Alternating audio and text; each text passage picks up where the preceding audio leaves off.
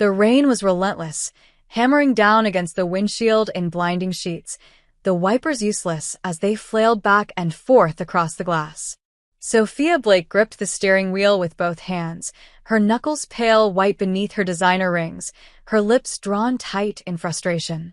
She had no idea how she'd ended up on this miserable stretch of road in the middle of nowhere, soaked, pissed off, and spiraling. Well, maybe she did. Maybe it had something to do with the headline that had broken the internet 12 hours ago. America's sweetheart destroys another marriage. The paparazzi had camped outside her building like vultures. Her agent, Maddie, had screamed at her through the phone for 20 solid minutes. Studios were reconsidering her involvement in the blockbuster deal she'd been fighting for over a year.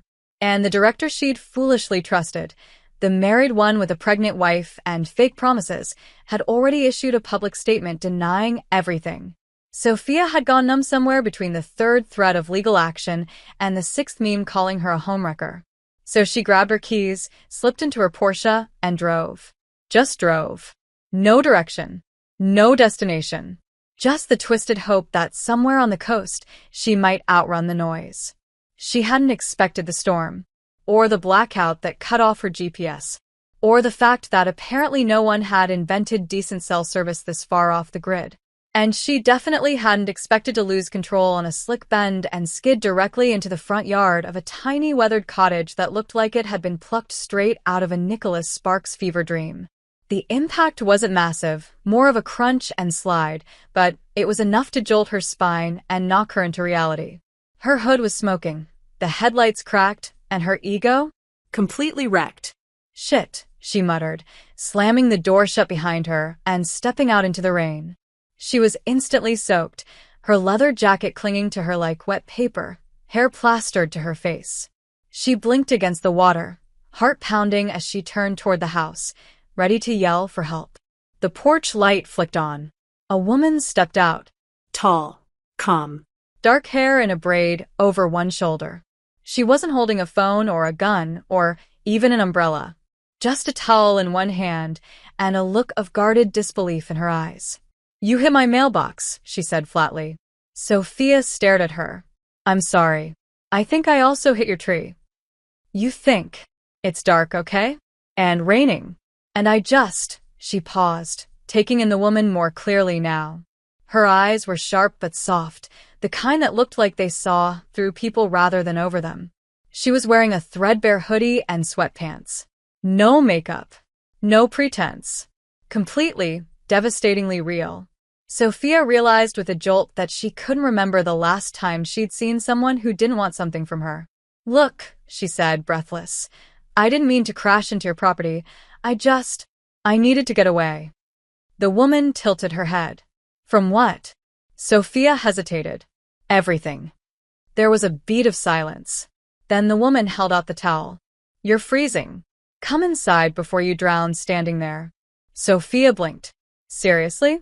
Unless you'd rather camp in the car that's currently leaking something green onto my driveway." "No," she said quickly, taking the towel. "Inside sounds good." The woman stepped back to let her in, and Sophia crossed the threshold like she was stepping into another planet. The house was small, cozy, full of mismatched bookshelves and tea mugs and the soft glow of candlelight flickering in the corners. It smelled like cinnamon and lavender. Sophia turned in a slow circle. "Where the hell am I?" "Carmel Bay. 3 hours from LA," the woman said, closing the door behind her. "You took the coastal back road. Not many people use it in storms. Not many people use it ever." "Makes sense," Sophia muttered. "I was trying not to be found." "You succeeded." Sophia pulled off her wet jacket, dripping onto the rug. "I'm Sophia. Jordan. Thank you for not calling the police." Jordan raised an eyebrow. "Should I have?" Sophia huffed a laugh. "Probably." Another pause. Jordan moved into the kitchen. "I'll make tea." "I don't really drink tea," Sophia called after her. "You do tonight," Jordan replied without turning around. Sophia sat gingerly on the edge of the couch, trying not to soak it through. The towel was warm, the room warmer. Her phone buzzed, one of 100 messages. She turned it off. For the first time in months, no one was looking at her. No one was photographing her, critiquing her, using her name as ammunition. Just one woman. One strange, calm woman with tired eyes and no idea who the hell she was. It was perfect. That's when the idea struck. Out of nowhere. Wild. Reckless. Perfect. She looked toward the kitchen. Jordan. Yeah. What would you do for $500,000? Jordan didn't answer at first. She stood frozen in the kitchen doorway, a chipped mug in each hand, staring at Sophia like she had just suggested robbing a bank or starting a cult. Sophia, for her part, sat curled up on the couch with the oversized towel draped around her shoulders, steam from the tea she didn't ask for rising in lazy curls beside her. I'm sorry, Jordan said finally, setting the mugs down on the coffee table and folding her arms. What did you just say? Sophia straightened, brushing damp strands of hair behind her ear. $500,000. In cash. 6 months. You pretend to be my fiancé. Public appearances, red carpets, the occasional Instagram story. That's it. Jordan blinked. Are you having a breakdown? Probably, Sophia said with a dry laugh. But that doesn't mean I'm wrong. You want me, Jordan said slowly, pointing to herself, to pretend to be in a relationship with you? Not just a relationship. An engagement. The whole fairy tale. Why? Sophia leaned back, eyes drifting toward the ceiling like she could conjure up patience from the rafters. Because I'm poison right now. My reputation is garbage. The studio is threatening to pull me from the biggest role of my career, and the only thing that can save it is an image rehab so dramatic they can't ignore it. And that includes me? Jordan's voice was incredulous. You're perfect, Sophia said, and the words came out too quickly, too sincerely. Jordan narrowed her eyes. What makes you think I'm perfect for this lie? Because you're real. You're not famous. You're not in the industry. You don't want anything from me. You don't even like me. I don't like you, Jordan agreed. And I'm not good at lying. You wouldn't have to be, Sophia said. We'd script most of it. My PR team will set up all the appearances. You just have to smile, hold my hand, and maybe kiss me in front of some cameras. Jordan's face didn't change. And what happens after 6 months? We break up. Peacefully. I'll spin a story about needing to focus on work. You go back to your life. With enough money to make all your problems disappear. The words hung in the air, bold and sharp. Jordan stared at her for a long time. You don't even know me. I don't have to, Sophia said softly. I just need someone who isn't part of the machine. Jordan didn't reply. She turned and walked back into the kitchen. Sophia stayed on the couch, unsure whether to follow or stay quiet. She chose quiet. When Jordan returned, she sat across from her, elbows on her knees. You're serious. Dead serious. And you think people will believe me as your fiancé? Sophia gave a small shrug. You're gorgeous. Smart. You've got that whole serious librarian sexy thing going. People will eat it up. Jordan snorted. That's not a compliment. It is when it comes from me. Another silence. Then Jordan asked, why not someone from your world? Someone who knows how to fake it. Sophia's jaw tightened. Because they'd fake it. And because they'd sell me out the second it suited them. And you think I wouldn't? I think you've got a conscience. You let a complete stranger into your house in a storm. That counts for something. Jordan leaned back. I'd need to think about it. Take your time, Sophia said quickly, then paused. But not too much time. I need to make the announcement in 2 weeks, tops. Jordan let out a low breath. You said $500,000? 500,000. Tax-free. I'll wire half up front. The rest after the contract ends. Contract. It'll be airtight. No feelings. No touching outside of what's planned. We don't share beds unless cameras are watching. No one gets hurt. Jordan raised an eyebrow. You think feelings follow rules? Sophia smiled, but it didn't reach her eyes. Mine do. The storm outside had slowed to a drizzle, but the tension inside the room only thickened. Jordan stood and walked to the window, arms folded, staring out into the wet silence. You said 6 months? Yes. And I wouldn't have to quit my job? Not unless you wanted to. We'd do weekend appearances, staged vacations, some award shows, a couple of magazine spreads. And what do I tell people in my life? Whatever you want. I can make it seem like a whirlwind romance. They won't question it if I sell it hard enough. Jordan turned back to her. You think you can make the world believe I'm the love of your life? Sophia stood, her expression shifting from amused to intense. I've made the world believe worse. Hey, if you're enjoying this story, go ahead and drop a like to help us grow even more. And let me know in the comments, on a scale from 0 to 10, what score would you give this story so far? Your feedback makes all the difference. They stared at each other for a long moment, something unspoken sparking in the air between them. Jordan broke the silence. I want to see the contract before I decide. Sophia's shoulders relaxed. Of course. And I want a clause about personal boundaries. Non-negotiable. Done. And if I say no, this whole conversation never happened. Sophia nodded. Agreed. Jordan didn't smile, but she didn't say no either. I need a few days.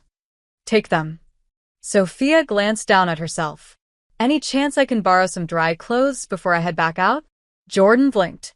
You're leaving? I shouldn't have barged in. You've got a lot to think about.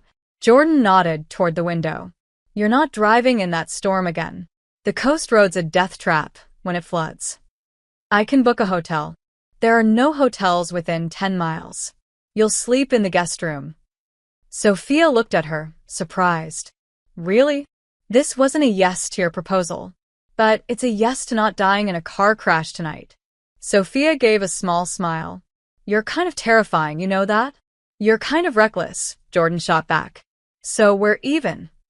Sophia followed her down the hall, and as Jordan pulled clean sweatpants and a t-shirt from the dresser, she caught herself wondering how the hell this became her life. A movie star was about to sleep in her guest room, and she was actually considering pretending to be her fiancé for $500,000. And maybe, just maybe, for something more complicated than money. Something she didn't have words for yet. The contract arrived 3 days later, hand-delivered in a sleek black folder by a woman in a trench coat and sunglasses who looked more like a government agent than an assistant. Jordan opened the front door in jeans and an oversized sweater, blinking at the stranger standing on her porch like a storm cloud with perfectly styled hair. Ms. Martinez? Yes. I'm here on behalf of Sophia Blake. She asked me to bring this to you. The woman handed her the folder and a business card. If you have any questions, call me directly. Sophia said you'd want time to review everything privately. Right. Sure. Have a good day. And just like that, the woman turned and disappeared down the path to a sleek black car parked at the end of Jordan's gravel driveway. Jordan closed the door slowly, the folder heavy in her hands. She set it on the kitchen table and stared at it for a long time, heart-thudding. The house was quiet, save for the faint hum of the heater and the distant sound of waves crashing beyond the dunes. She opened it. 30 pages. Precise. Detailed. Professionally written. And terrifying. Section 1, the agreement. Section 2, scope of relationship. Section 3, boundaries. Section 4, termination conditions. Section 5, financial compensation. She skimmed through them slowly, absorbing the surreal reality that was now unfolding in her kitchen. She paused on a line in Section 2. Jordan Martinez will agree to accompany Sophia Blake on a minimum of 12 public appearances, including but not limited to red carpet events, industry galas, interviews, and social media campaigns. She flipped the page. Physical affection to be permitted as needed for public credibility, with prior consent. Kissing may be required. Intimate contact beyond public settings is not part of this agreement. Her fingers stilled, then turned the next page. And the next. Every single clause was a reminder. This wasn't real. This wasn't about love.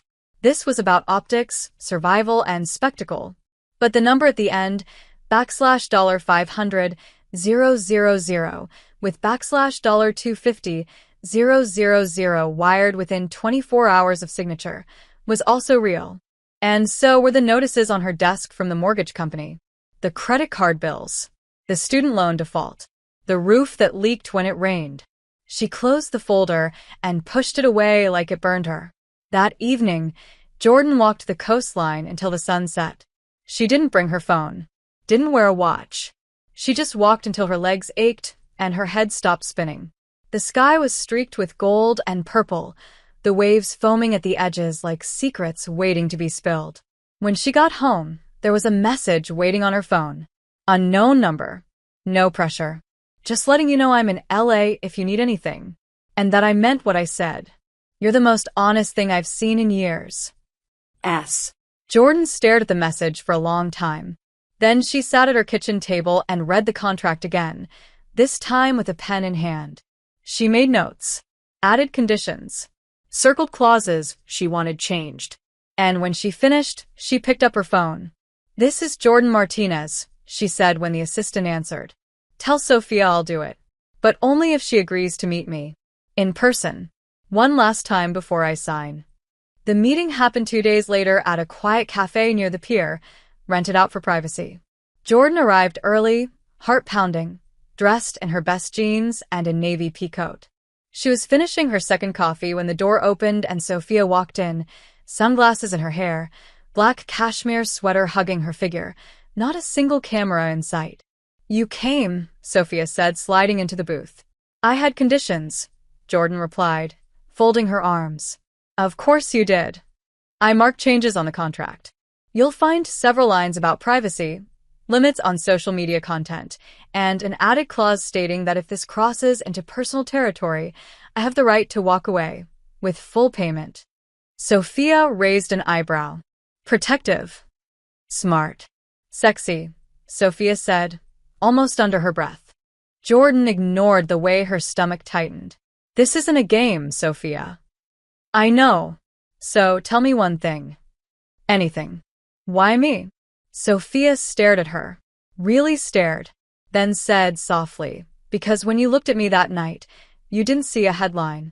Or a scandal. Or a brand. You saw a mess in a storm. And you didn't flinch." Jordan held her gaze. "I'm not going to be a prop." "I don't want a prop," Sophia said. "I want something the world will believe, because I believe it when I look at you." The air between them shifted, warmed, Sharpened. Jordan reached into her bag and pulled out the contract, freshly marked and signed. "Then here's your fairy tale," she said. "Let's sell it." Sophia took it, hands brushing Jordan's for the briefest second. "You won't regret this." "That's clause 18. I'm allowed to." Sophia laughed, low and real. "You're going to ruin me, aren't you?" Jordan stood. "Only if you make it easy." That night, the announcement went live. Sophia Blake, the troubled Hollywood darling, was engaged. To a schoolteacher. A woman with no ties to the industry. The internet exploded. Twitter trended. Headlines screamed. Sophia finds real love outside the spotlight. From scandal to sweetheart. Meet Jordan Martinez. Jordan's inbox filled with media requests, friend texts, 2 thinly veiled threats from her school district, and 1 very aggressive email from her aunt in New Mexico. Sophia's PR team sent flowers, A car. and a schedule. Jordan sat in her tiny living room, contract signed, glass of wine untouched, staring at the words that made it real. Fake fiancé. 6 months. Do not fall in love. And for the first time, she realized she might already be in trouble. The car that picked Jordan up was sleek, black, and smelled faintly of expensive leather and power. She climbed into the back seat gripping a structured handbag she didn't own 3 days ago, wearing a gown she hadn't chosen, styled by a woman named Lacey who said things like, "Darling, just own the bone structure, and chin up, angles matter." Jordan had been coached, polished, briefed. She knew exactly how to walk, where to stand, what to say if approached.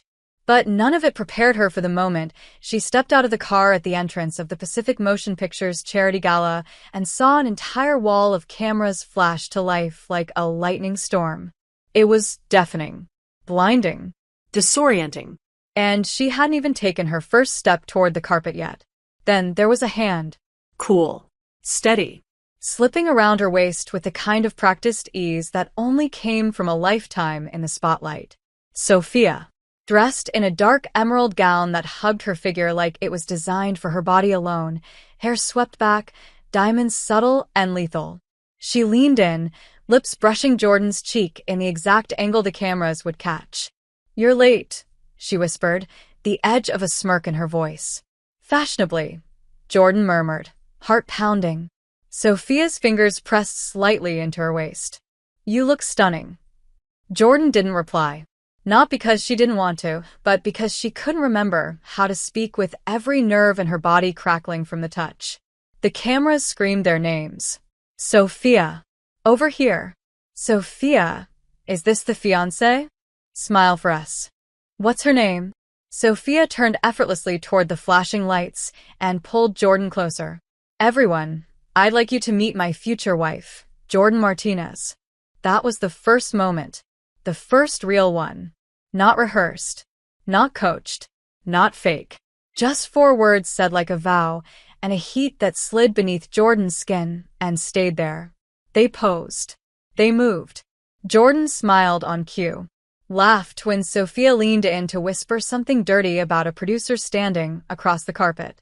They made it through the gauntlet and into the marble lobby, a glittering sea of fame and money and wine.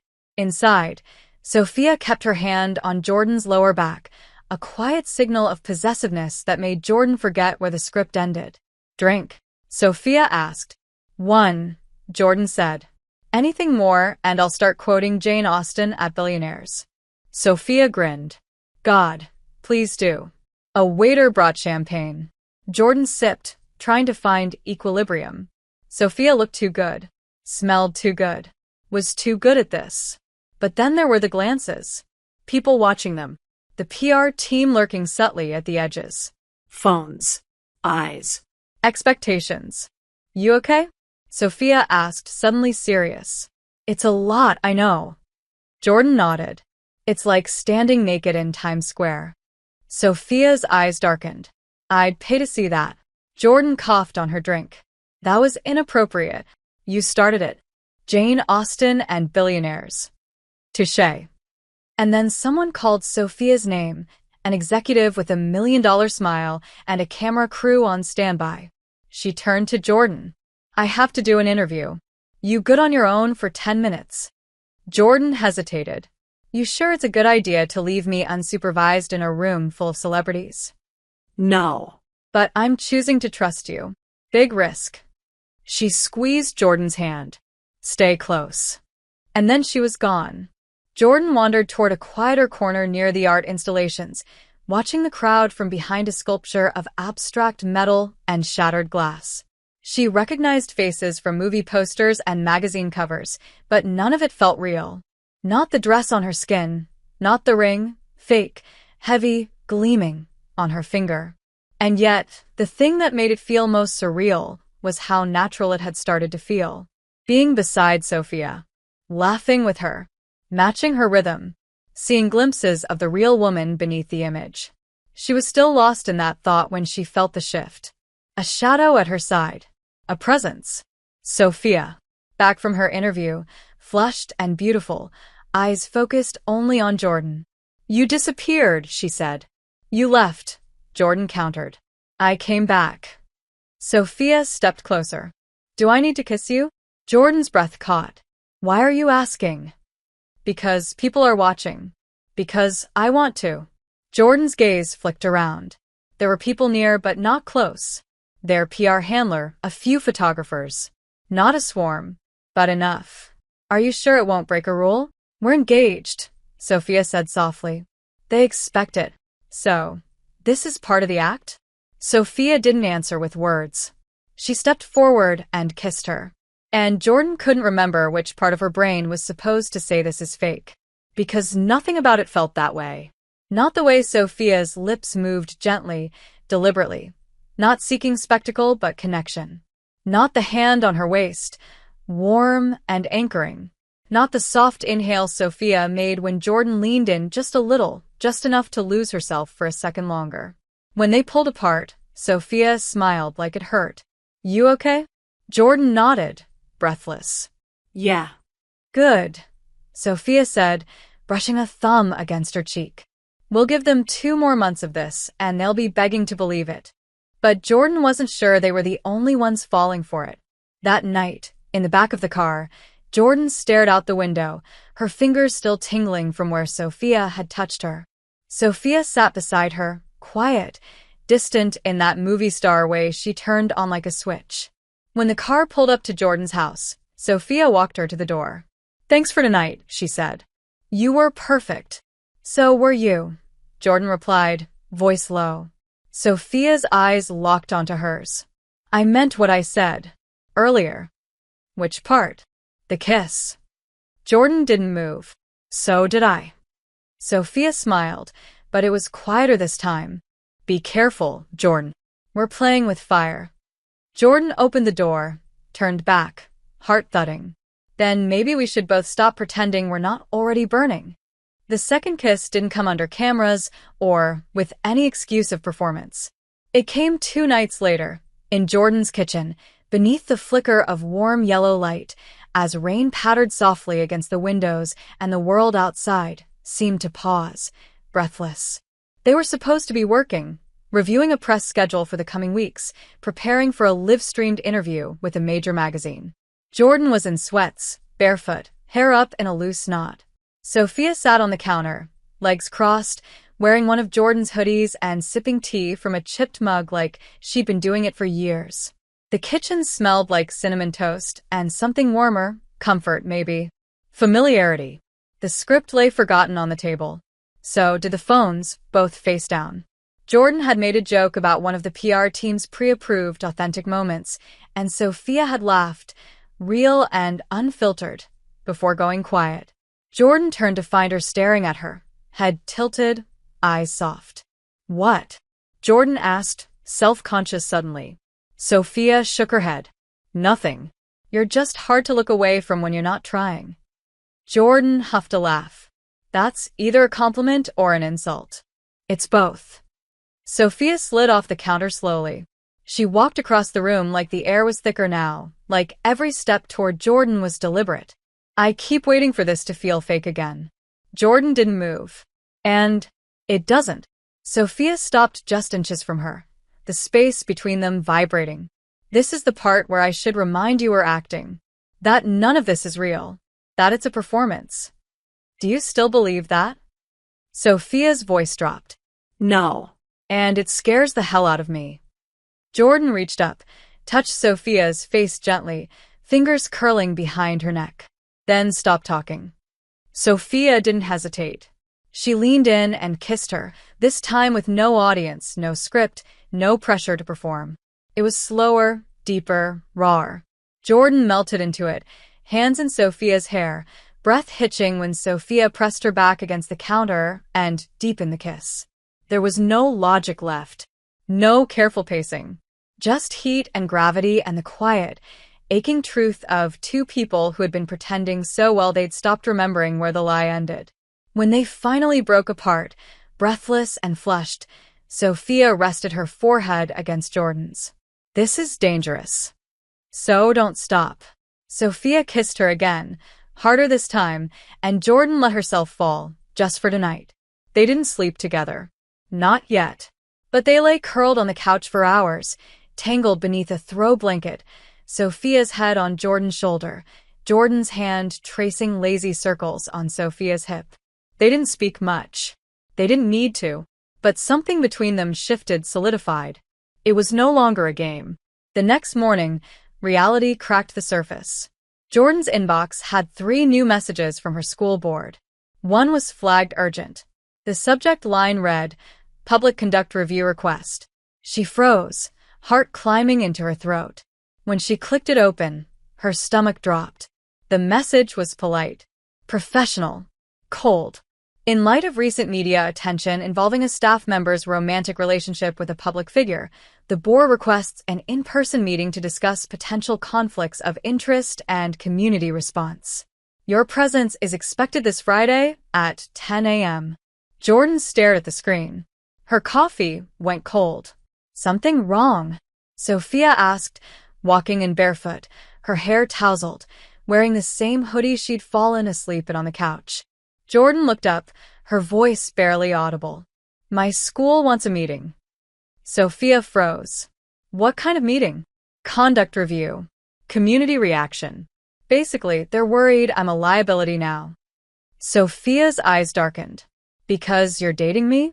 Because I'm pretending to date you. Because I'm suddenly in the tabloids. Because I've gone from invisible English teacher to lesbian celebrity fiancé overnight, and small-town school boards don't love controversy. Sophia sat slowly at the table. I'm so sorry. This was part of the risk, Jordan said quietly. We both knew that. No.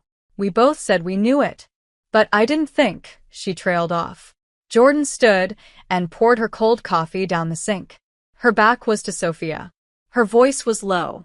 It's not just a job. It's my kids. My students. They trust me. I walk into that classroom every day and teach them how to find their voice in a world that constantly tries to silence them. If I lose that because of this, you won't, Sophia said quickly. I'll call my team. I'll fix it. You can't fix this like it's a bad headline. Jordan turned, her expression harder now. This isn't your world, Sophia.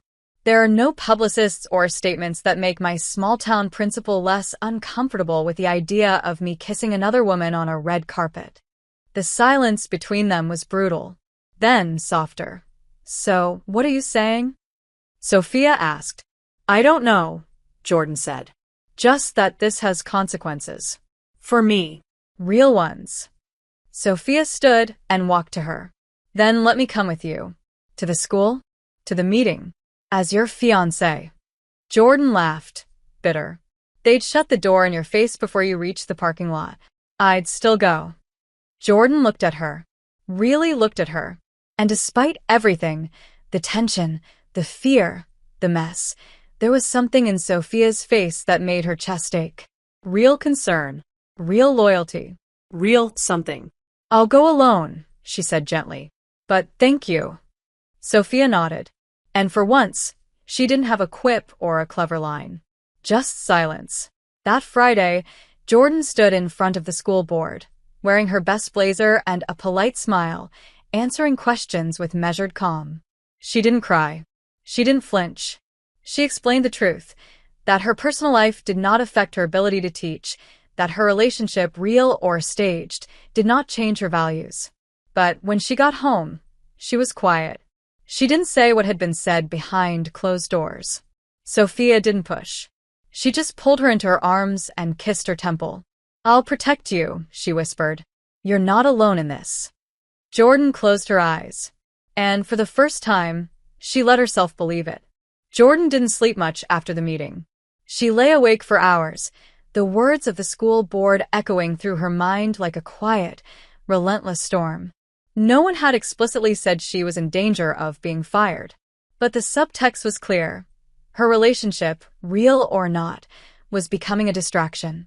A liability. And schools didn't like liabilities. Sophia had stayed the night. She hadn't asked to. She hadn't said anything when Jordan came home, visibly shaken but trying not to be. She just quietly moved around the kitchen, made tea, and then crawled into bed beside her. Wordless but present. That presence had done something Jordan wasn't ready to name. Now, 3 days later, Jordan sat in the passenger seat of a sleek rental car as they drove along the coast, headed to a weekend retreat designed by Sophia's PR team, an intimate getaway meant to fuel the fairy tale narrative they were spinning for the press. The destination, a luxury cabin in Big Sur, surrounded by redwoods and silence, with a professional photographer embedded discreetly on site and a tight schedule of candid moments designed to go viral.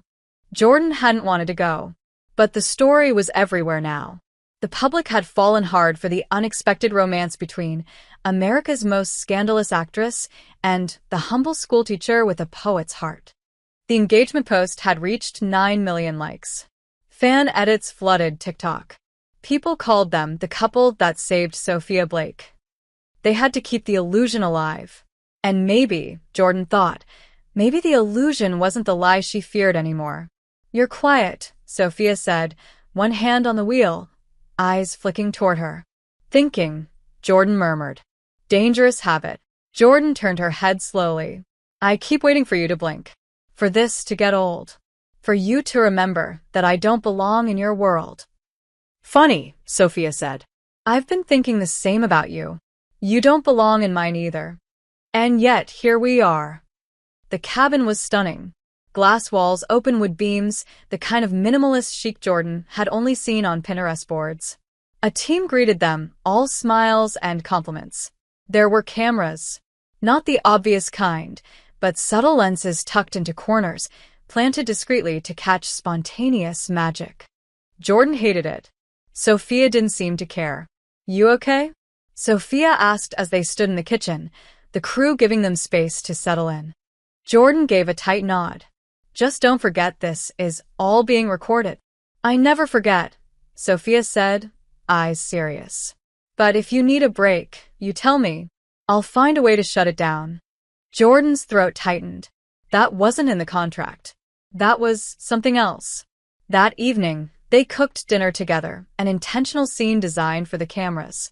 Pasta. Wine. Music playing softly in the background. Jordan played her part well. She laughed when Sophia teased her for cutting the tomatoes too big. She leaned into her side when the camera panned across them dancing barefoot in the living room. She kissed her slowly, softly, in front of the fireplace because she was supposed to. And because she wanted to. God help her, she wanted to. After the cameras were off and the crew retreated to the adjacent guest house, the cabin became quiet again. Real again. Jordan was in the bathroom brushing her teeth when she saw Sophia's reflection in the mirror behind her. She turned. You look exhausted, Sophia said. So do you. Maybe, because I can't tell what's real anymore. Then let's stop pretending, Jordan said, setting the toothbrush down. Just for tonight. Sophia stepped into her. There was no audience now. No script. No contract clause. Just breath. Just touch. Just need. Their kiss started slow, exploratory, but quickly deepened, months of tension and curiosity and unsaid longing crashing between them like a wave. Sophia's hands on Jordan's waist. Jordan pulling her shirt over her head. Sophia's lips against her collarbone. Their bodies moved together like they already knew the choreography, like something inside them had been waiting for this precise moment to come alive. When they finally stumbled into the bed, tangled in sheets and heat and gasps, it wasn't perfect. It was messy and breathless and real. Sophia whispered Jordan's name like it was a prayer. Jordan cupped Sophia's face like she was afraid she'd vanish. There were no lights. No cameras. Just them. After, they lay together, limbs tangled, skin flushed, silence thick around them. Jordan's head rested on Sophia's shoulder. Sophia traced slow circles into her arm. What are we doing? Jordan asked into the dark. Sophia exhaled. I don't know. It wasn't supposed to be this. I know. Do you regret it? Sophia turned to face her, hand brushing hair from her eyes. No. But I am terrified of what comes next. Jordan nodded. Me too. Then we're even. Sophia kissed her forehead, then pulled her closer. Go to sleep, Jordan. Okay. But sleep didn't come easy. Because something had changed tonight. A line had been crossed. And they both knew that once crossed, it couldn't be uncrossed. The morning after felt like standing at the edge of something too big to name. The sunlight poured through the massive windows of the cabin, catching on the golden strands of Sophia's hair as she lay half asleep, tangled in the sheets beside Jordan. Her face, usually perfectly made up and camera-ready, was bare and soft in the light, peaceful in a way Jordan had never seen before. And Jordan couldn't stop staring. She should have felt guilty. Panicked. Caught in the emotional crossfire of a contract that had explicitly warned, no intimacy, no feelings. But all she felt was the dangerous weight of real. Sophia stirred, eyes fluttering open, and met Jordan's gaze with something between curiosity and fear. Hey, she whispered. Hi, Jordan replied. A pause. You okay? Sophia nodded, but the nod was tight, measured. Jordan reached out, tucked a strand of hair behind her ear. Say it. Sophia exhaled. This changes everything. Jordan gave a small, sad smile. I know. They didn't say more. They didn't have to. The tension wasn't angry. It was heavy with knowing that what they'd shared the night before hadn't just blurred the lines. It had burned them. Later that day, as they posed on the porch for one last candid photo, the kind designed to look like they were laughing over nothing, coffee mugs in hand, arms loosely wrapped around each other, Jordan felt the pressure of Sophia's hand at her lower back and nearly shivered. Not because of the cameras, but because she knew exactly what that hand had felt like the night before. And because she wasn't sure how she was supposed to go back to pretending anymore. When they returned to LA, the buzz was immediate. The photo set from Big Sur dropped like wildfire across social media. Headlines read, "Sophia Blake and Jordan Martinez show us what real love looks like." Their agents were thrilled. Sophia's PR team sent congratulatory messages. The media spun the trip as the rebirth of Sophia Blake. Everyone was eating out of the palm of their hands. Except Jordan. Jordan was drowning. The school board had gone silent after her last meeting, but the silence felt loaded. Her students were whispering in hallways. A local blog had published a piece titled, "Is Our Favorite Teacher Leaving Us for Hollywood?" She hadn't even opened the comments. Sophia noticed. Of course she did. "You've been quiet," she said one evening as they sat in Sophia's condo, takeout boxes between them. Jordan picked at her noodles. "Just tired." Sophia leaned forward. "Talk to me." Jordan sighed. "I feel like I don't exist anymore." "Not really. I'm either your PR miracle or the school's problem." Sophia's face tightened. "You're not either of those to me. But that's all anyone sees." She looked up, suddenly bitter. "You said I'd go back to my life after 6 months. That this would be a story we'd close. But it's already too big. Too loud. There's no going back now." Sophia didn't argue. She just reached across the table and took Jordan's hand. "Then maybe we stop trying to go back. Maybe we figure out what moving forward looks like." Jordan stared at her. "Are you saying you want this to be real?" Sophia's grip tightened. "I'm saying it already is. Whether we like it or not." Jordan pulled her hand back gently. "It can't be real when the foundation was a lie." Sophia looked like she'd been slapped. "I didn't mean for it to happen this way. But it did. And now I'm the one paying the price for it." She stood, pacing. "You can disappear behind a wall of managers and assistants. I can't. I go to the grocery store, and people whisper. I walk into my classroom, and my students look at me like I'm a character in a soap opera. And I liked my life before all this." Sophia stood too. "And I hated mine." That stopped Jordan cold. Sophia's voice cracked. "Before I met you, I was exhausted. Alone. Everyone around me saw me as a product, something to package, sell, destroy. But you? You looked at me like I was a person. Not a scandal. Not a brand. Just me." Jordan's chest ached. "So, what do we do now?" Sophia stepped closer. "We tell the truth. To each other. Starting now." Jordan's voice was quiet. "Do you love me?" Sophia didn't blink. "Yes. God help me, yes." Silence. "Then, do you love me?" Jordan swallowed. "I don't know what I feel, but it's not fake.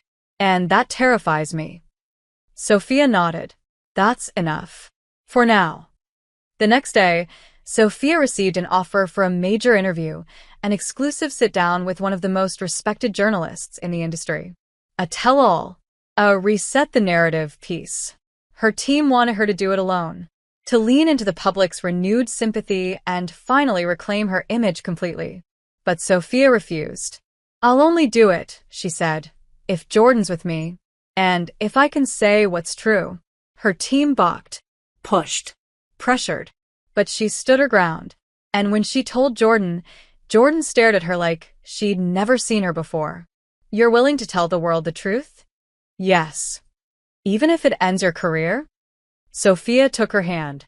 "I'd rather lose everything than keep lying about the only thing in my life that's real." Jordan kissed her. Not for the cameras. Not for the story. Just because she needed to. The studio lights were blinding. The kind of artificial brightness that made everything look flawless but stripped away every sense of safety. Jordan sat in the green room, knees bouncing, fingers tight around a paper cup of untouched coffee. Across from her, Sophia was calm, or at least pretending to be. Her expression was practiced, chin lifted, lips neutral, the exact image of a woman in control. But Jordan had learned to see beneath it. The slight twitch in her fingers, the way her breathing slowed with effort. She was terrified too, and that made Jordan feel slightly less alone. "You sure about this?" Jordan asked for the third time. Sophia looked at her. "Are you?" "No," Jordan admitted. "But I'd rather be terrified with you than pretend somewhere else." That got a smile. Not a performance one. A real one.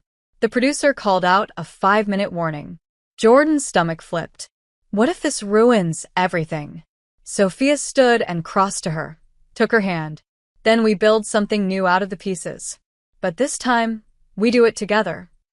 The interview was set in a cozy, staged living room with soft lighting, a curated background of books and candles and tasteful art. The journalist was seasoned, graceful, sharp, and fair. She greeted them warmly, but Jordan could feel the weight of what was coming. The red light went on. Cameras rolling. It began. The journalist's questions were gentle at first, about Sophia's recent projects, her time away from the spotlight. But then she pivoted, slowly, toward the fire. "Let's talk about the engagement," she said, looking between them. The world was surprised. "You've never spoken publicly about dating women before, and Jordan isn't part of this industry. Can you tell us how this relationship began?" Sophia didn't look at her PR team off camera. She didn't hesitate. She took Jordan's hand. "It began as a lie," she said simply. The room froze. Jordan's breath caught. "We signed a contract. I was trying to salvage my reputation after a very public mistake. I thought if I looked grounded, settled, people would stop picking me apart. I needed a clean story. And Jordan agreed to help me create one." The journalist blinked. "You're saying this engagement is fabricated?" "It started that way," Sophia said. "But something happened. Something I didn't expect." She turned to Jordan, her voice gentler now. "Somewhere between the rehearsed moments and the camera flashes, I stopped playing a part. And I realized I didn't want to pretend anymore." Jordan's throat burned. She wasn't supposed to cry. That was not the image they'd discussed. But everything in her cracked open when Sophia said, "I love her, not because she helped save my career, but because she reminded me who I was before I let everyone else decide." The journalist turned to Jordan. "And you? Do you feel the same?" Jordan hesitated. Not because she didn't know, but because it felt like standing on the edge of something vast and irreversible. "I didn't expect any of this," she said slowly. "I didn't want the attention. I didn't want the lies. But Sophia, she's not the woman the headlines say she is. She's better, stronger, Kinder. and she's taught me more about bravery than anyone I've ever met." She glanced at Sophia, lips trembling. "So yeah, I love her too. And if this ends my teaching career, if it costs me my privacy, my peace, I'll still be glad I said yes the night she crashed into my yard." The interview went viral within hours. Some called it reckless. Others called it raw. The internet was divided, fans swooning, critics sharpening knives. But the truth was out, and neither of them wanted to take it back.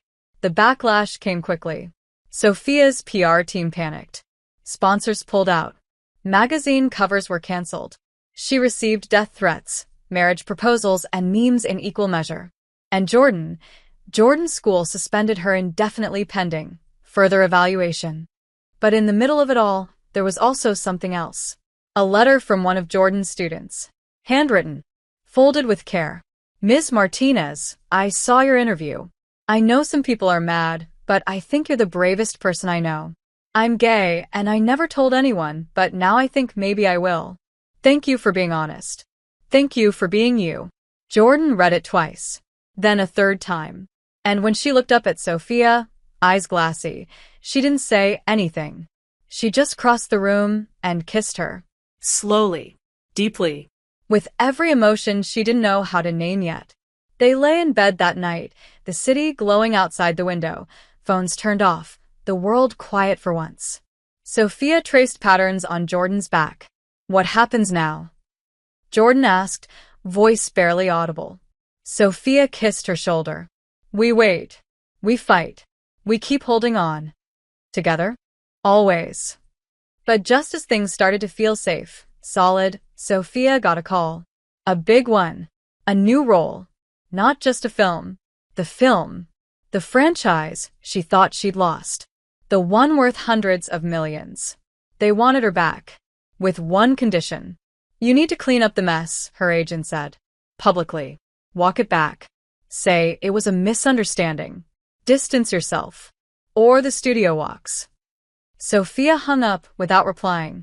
She sat in silence, phone in hand. Jordan came in, drying her hair with a towel. What is it? Sophia looked at her, and her heart broke. Because for the first time, she didn't know how to protect both her future and the woman she loved. It's the role, she said. They want me back. That's good, right? Sophia hesitated. They want me to leave you behind to get it. Jordan froze. So this is the price? Sophia nodded, her voice breaking. And I don't know what to do. The silence between them that night was heavier than any argument could have been. Sophia sat curled up at the far end of the bed, legs drawn to her chest, eyes glassy and distant. Jordan leaned against the doorframe, towel still draped over her shoulder, arms crossed tightly. Say something, Sophia whispered. Jordan's voice was quiet, but steady. What do you want me to say? That I understand? That I'll be fine if you erase me for a job. That's not what I'm doing, Sophia said, eyes pleading. Isn't it? Jordan's heart was pounding. She hated how calm she sounded. Hated the tightness in her throat, the tremble hiding behind her breath. You told the whole world you loved me. You said this was real. Now they wave a paycheck in your face and you're thinking about walking away? It's not about money, Sophia snapped. It's about everything I've worked for. Everything I've fought to come back from. Then fight harder, Jordan said. But don't ask me to sit here and pretend this doesn't hurt like hell.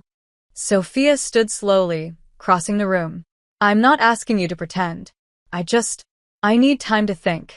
Time to think if I'm worth it, Jordan said bitterly. Sophia flinched like she'd been slapped. Jordan turned, walked toward the window. Outside, LA pulsed like a living thing, glittering with 1,000 other stories playing out in shadows.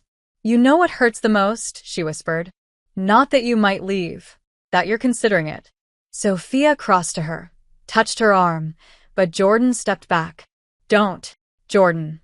I gave up everything for this. For you. My job, my peace, my anonymity. And I don't regret it. But I won't be your secret again. I won't go back to being invisible while you chase applause. Sophia's eyes filled with tears. It's not that simple. It is, Jordan said.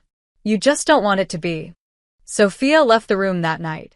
Not because she wanted to, but because she couldn't breathe under the weight of that choice. She checked into a hotel 2 miles away and turned off her phone. She lay in bed staring at the ceiling, surrounded by silence that felt nothing like peace. In the morning, her publicist called. The studio had finalized their offer. The terms hadn't changed. This is it, her agent said. Take it and you're back. You win. Don't, and they'll move on. They're giving you 48 hours. Sophia hung up and stared at the wall. She thought about the house she grew up in, about her mother, who once told her that dreams only mattered if you could sleep at night after chasing them.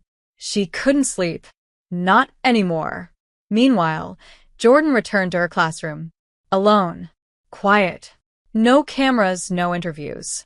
The school hadn't fired her, but they'd taken her off full-time teaching, temporarily. She was asked to lead literacy workshops off campus. It felt like a demotion in disguise. Her students were kind, awkwardly supportive. Some avoided her. Others hugged her when no one was watching.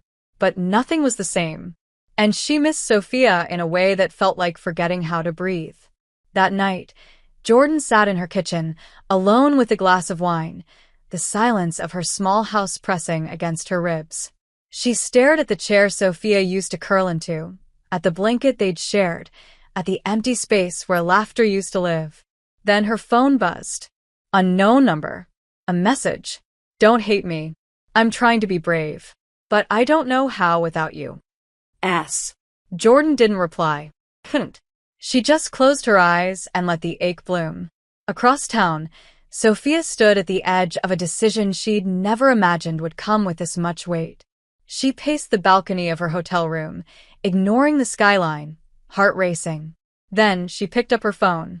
She didn't call her agent. She didn't call the studio. She called someone else. "Hi," she said when the voice answered. "This is unexpected," came the response. "I need to ask a favor." The next day, Jordan was walking home from the library when a familiar car pulled up in front of her house. A driver stepped out. "Ms. Martinez? Miss Blake sent this for you." He handed her a black envelope. Inside was a plane ticket. First class. A single destination. New York City. A handwritten note was folded inside. "If you still believe in us, meet me at the Lunt-Fontanne Theater. 7 p.m., no cameras. No press. Just me. Just us." Jordan stared at it, heart racing. Then, without thinking, she packed a bag. She flew out that night. When she arrived at the theater, everything was closed. Lights dimmed. But the stage door was open.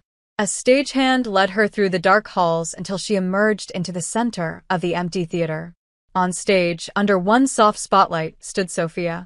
In jeans. No makeup. No glitter. Just her. Real. Waiting. Jordan walked down the aisle slowly, every step echoing louder than the last. She stepped up onto the stage. "Why here?" she asked, breathless.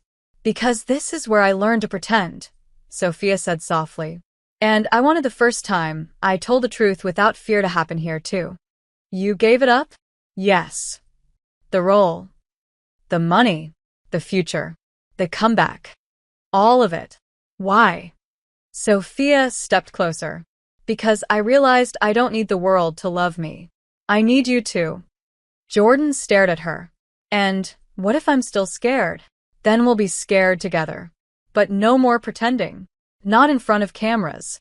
Not to the world. Not to ourselves." Jordan exhaled slowly. "I still don't know how to be with someone like you." Sophia's smile was shaky, but pure. "Then let's figure it out. One honest day at a time." They stood there, center stage, in an empty theater, under a single light.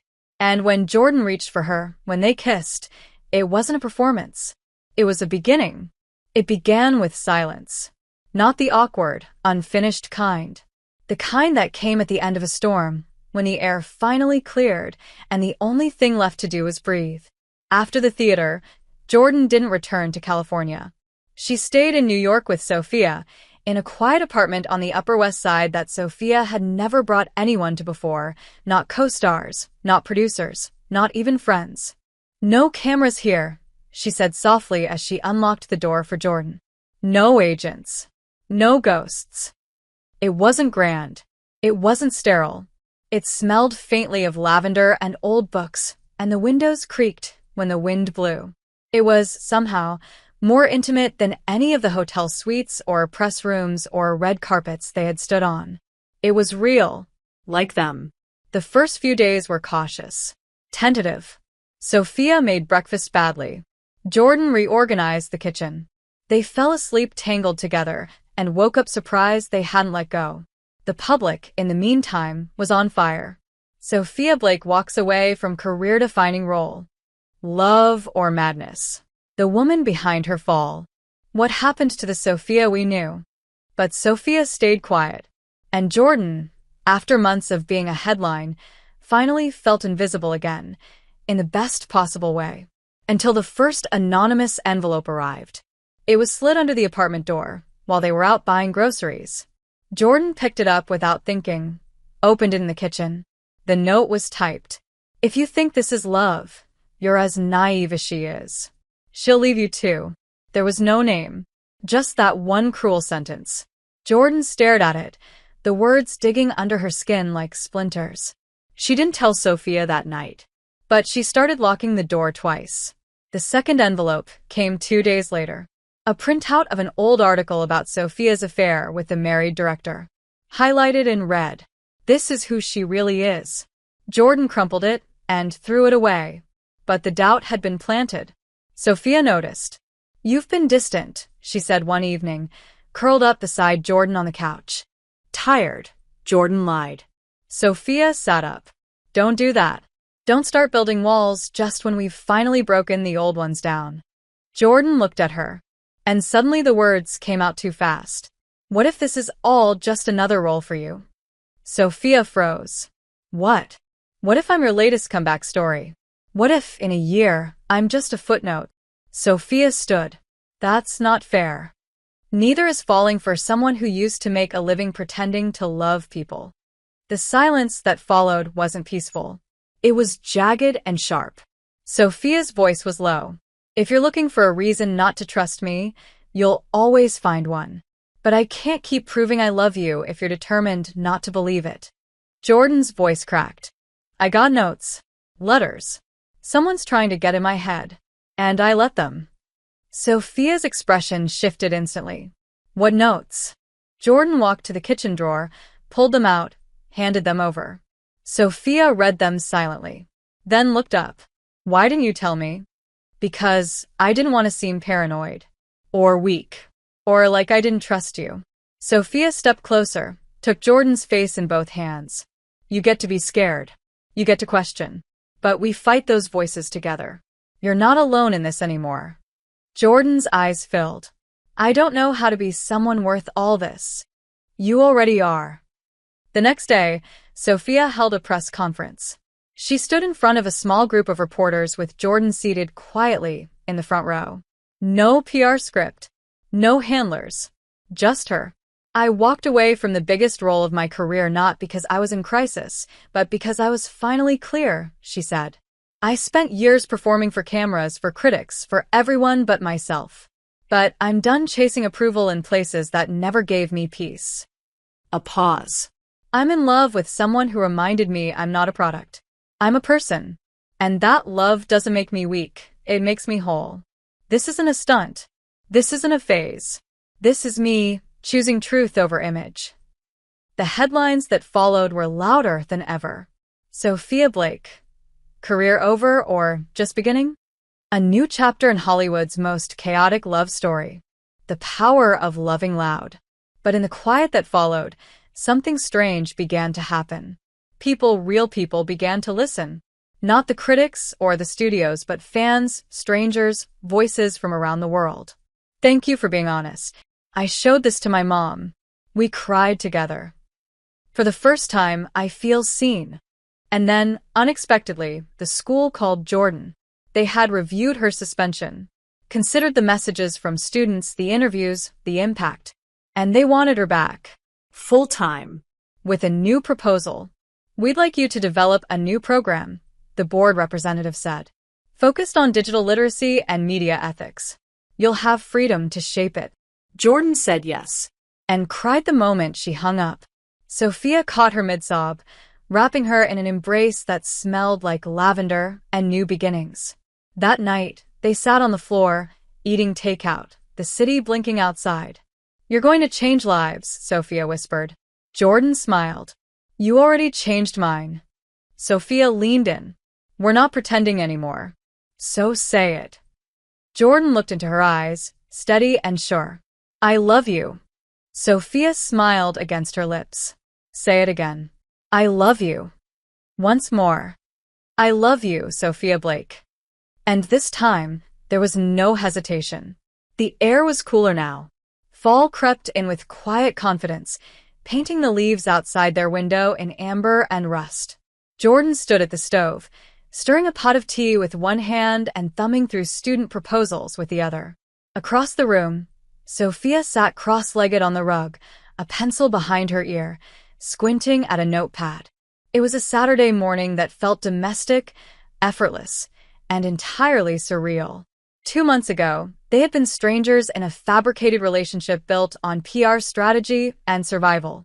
Now they were sharing groceries, arguing about whether oat milk was superior to almond, and debating who got to use the hot water first. And still, despite the quiet rhythm they had fallen into, there was something unspoken hanging between them. Not doubt. Not quite. But the recognition that the day-to-day of loving someone outside of a spotlight, came with its own kind of weight. Jordan poured tea and handed Sophia her mug.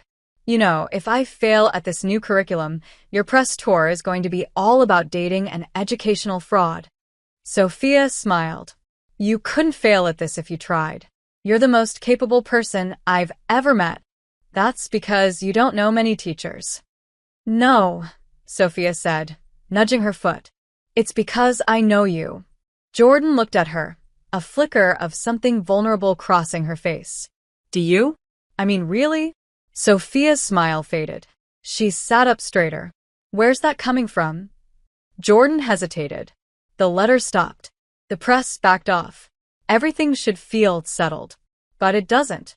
It's like we're waiting for the next explosion. Sophia looked down. Her voice was softer when she spoke. That's how I lived for years. Crisis to crisis. Roll to roll. Always bracing for the fall. I guess I don't know how to live without the edge. And now? Jordan asked. Now I'm learning. With you. They shared a look across the room, full of all the things they still hadn't said. That night, they went out.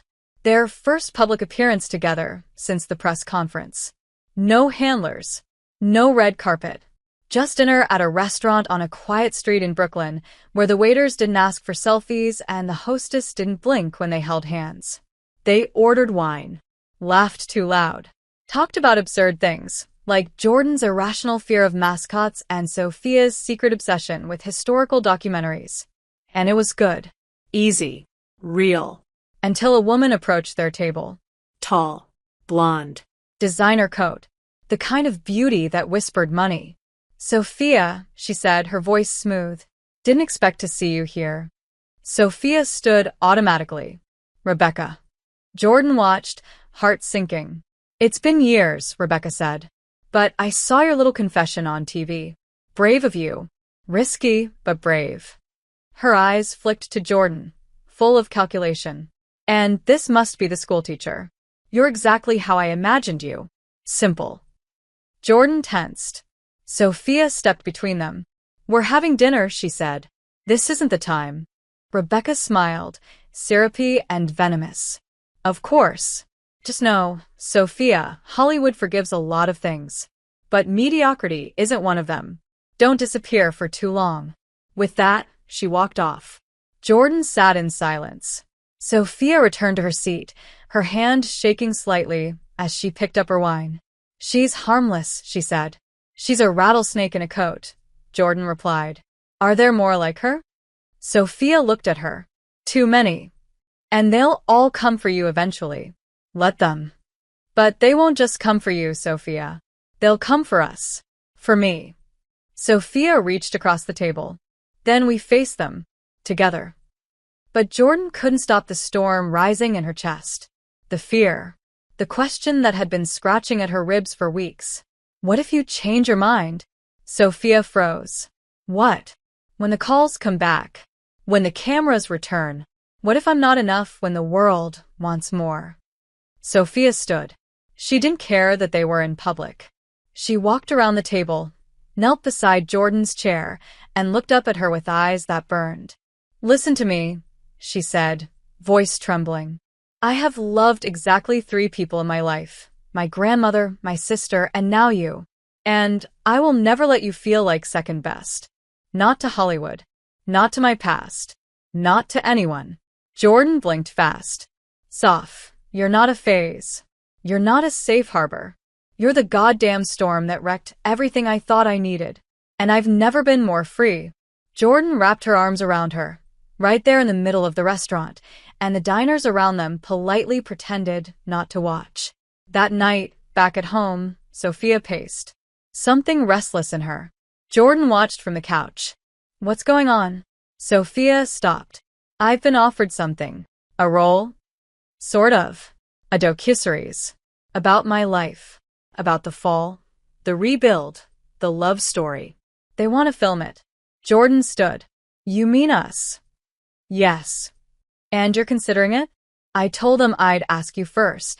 Jordan's heart dropped. You just said you didn't want to go back to all that. I don't. but part of me wonders if there's a way to reclaim it. On our terms. Let people see the real story. Jordan looked at her.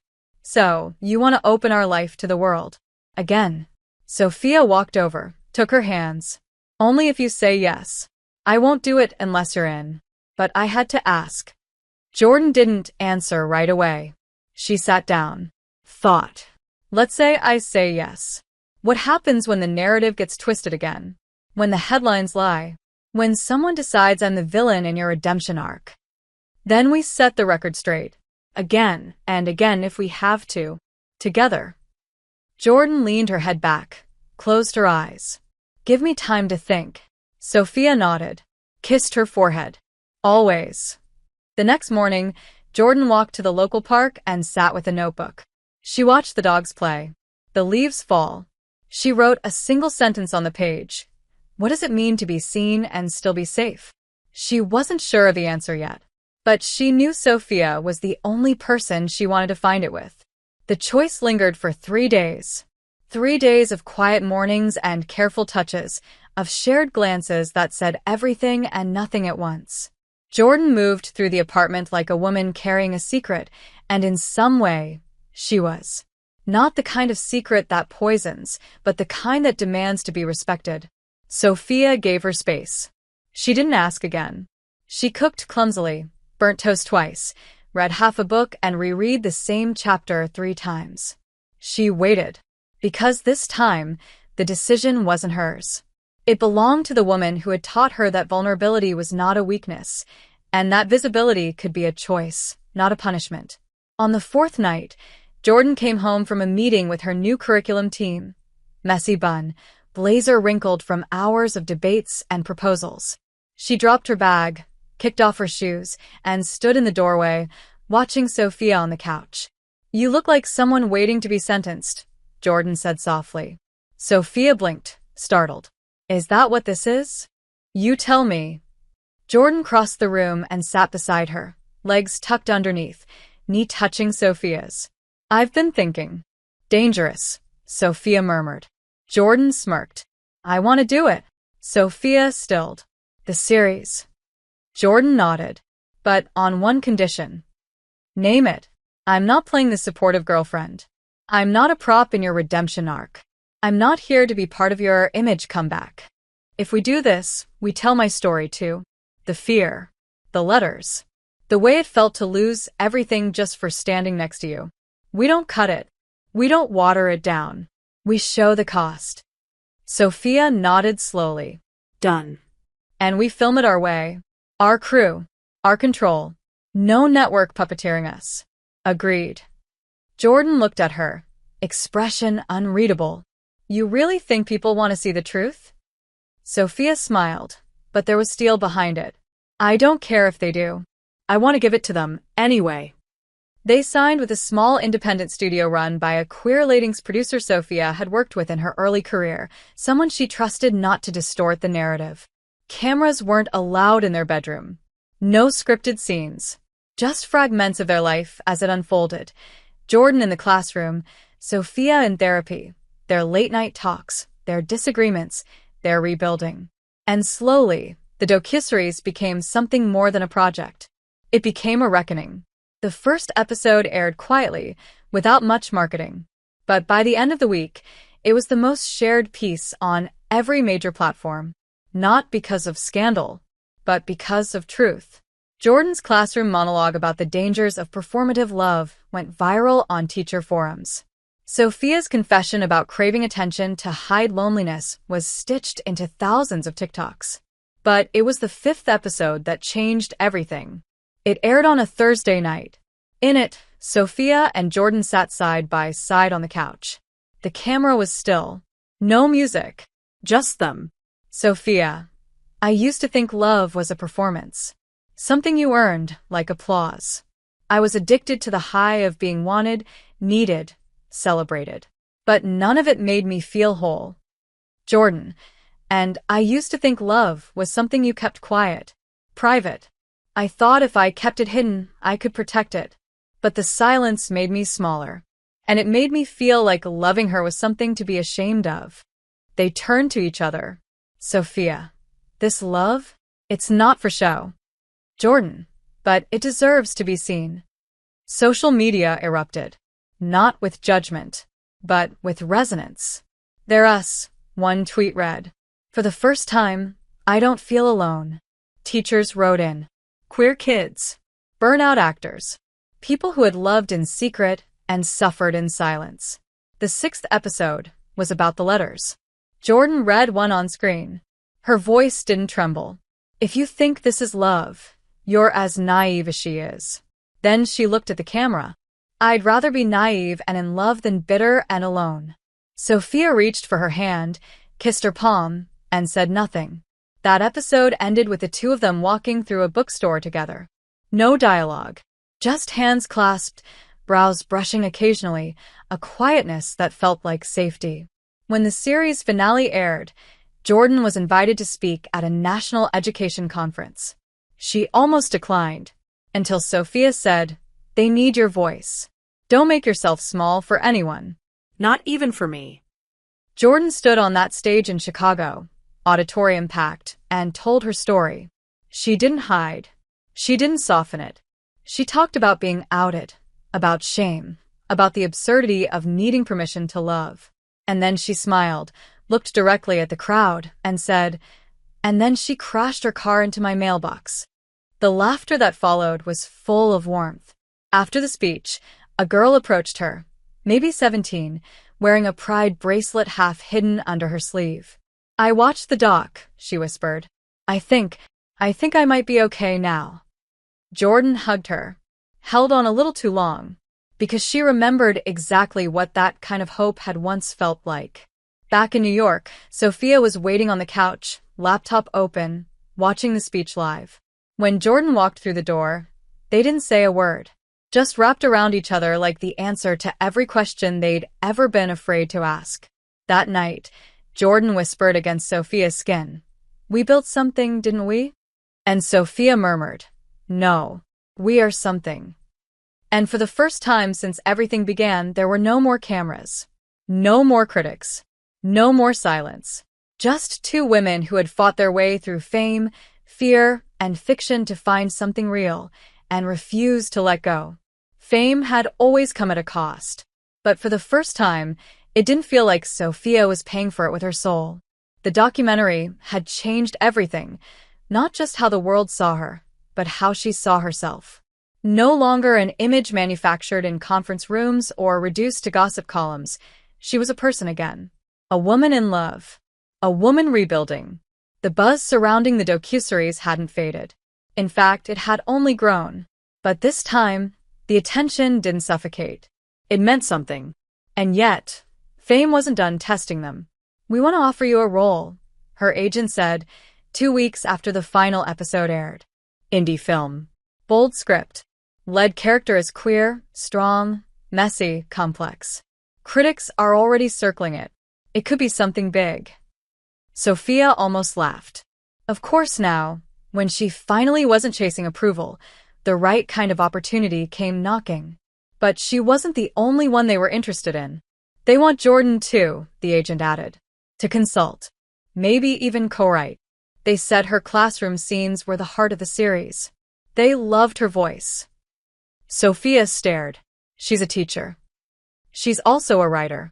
And they want her perspective. Together. The offer wasn't a trap.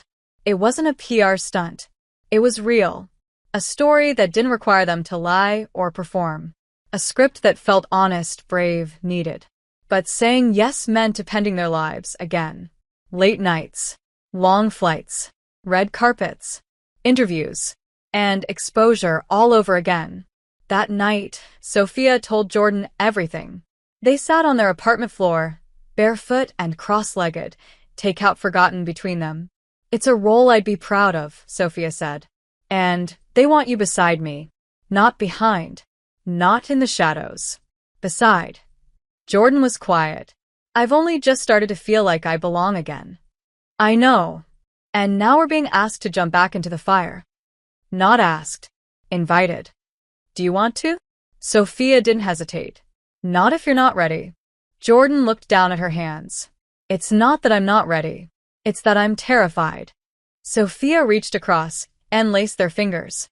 Me too. So, what do? We do it scared, but we do it together. That was the promise. Not to always be fearless, but to never be afraid alone. They said yes. And the work began. The film was raw and intimate. Sophia played a woman unraveling after the death of her sister, rebuilding a life with the help of an unlikely friendship. Jordan wrote the friendship, shaped the voice. She sat in on scenes, adjusted lines, whispered notes between takes. The chemistry on screen was electric, but behind the scenes, it was stronger. In hotel rooms and studio trailers, they were still just them. Still teasing over terrible coffee. Still tangled in early morning sheets. Still building a life, one kiss, one laugh, one unguarded moment at a time. The film wrapped. The buzz began. It premiered at a major festival. The theater was packed. When the credits rolled, the applause was thunderous. Jordan sat beside Sophia, her hand squeezed tightly in hers, both of them blinking back tears. After the screening, a reporter asked, "What do you call this chapter of your life?" Sophia glanced at Jordan, then smiled. Peace. But the world wasn't done offering surprises. Back in New York, as Jordan stood in her classroom reviewing a final draft of her curriculum proposal, her phone buzzed. An email. Subject line, "Grant approved, Community Literacy Center." Jordan blinked. Then reread it 3 times. Then ran down the hall, phone still in hand. That night, she told Sophia everything. "It's happening," she said, breathless. "The center. It's real." Sophia's eyes filled instantly. "Tell me what you need." Jordan looked at her. "I already have it." Months later, they stood together at the ribbon-cutting ceremony. The sign above the door read, "The Martinez Blake Literacy Center." Inside, shelves lined with books. A media room for digital learning. A safe space for students who felt like the world never made room for them. Cameras were present, but only for a few minutes. Then the doors opened to the community. Children poured in. Teenagers. Parents. It was loud and imperfect and alive. Jordan stood in the middle of it all, watching the dream become real. And Sophia stood beside her, hand in hers, proud, present, grounded. That night, they walked home under a soft snowfall. "So," Sophia said, nudging her, "what do we do next?" Jordan smiled. "Sleep for a year." Sophia laughed. "Okay, but after that?" "I teach. You act. We cook too much pasta. We fight over blankets. We try not to ruin the grocery list every week." "That sounds like a plan." "It sounds like forever." They stopped under a streetlight, breath visible in the cold. Sophia cupped Jordan's face. "Say it again." "I love you." "More." "I love you for every lie we survived. For every truth we dared to speak. For every version of you the world thought they knew, but I really know." Sophia kissed her, slow and deep, and whispered against her lips, "Then let's give the world the version they can't forget." And they did. Together. If you enjoyed this content and want to support the channel in a special way, try clicking the thanks button below. It's the one with the heart and $sign icon. With super thanks, you can make a direct contribution to the channel, which helps me keep creating awesome videos for you.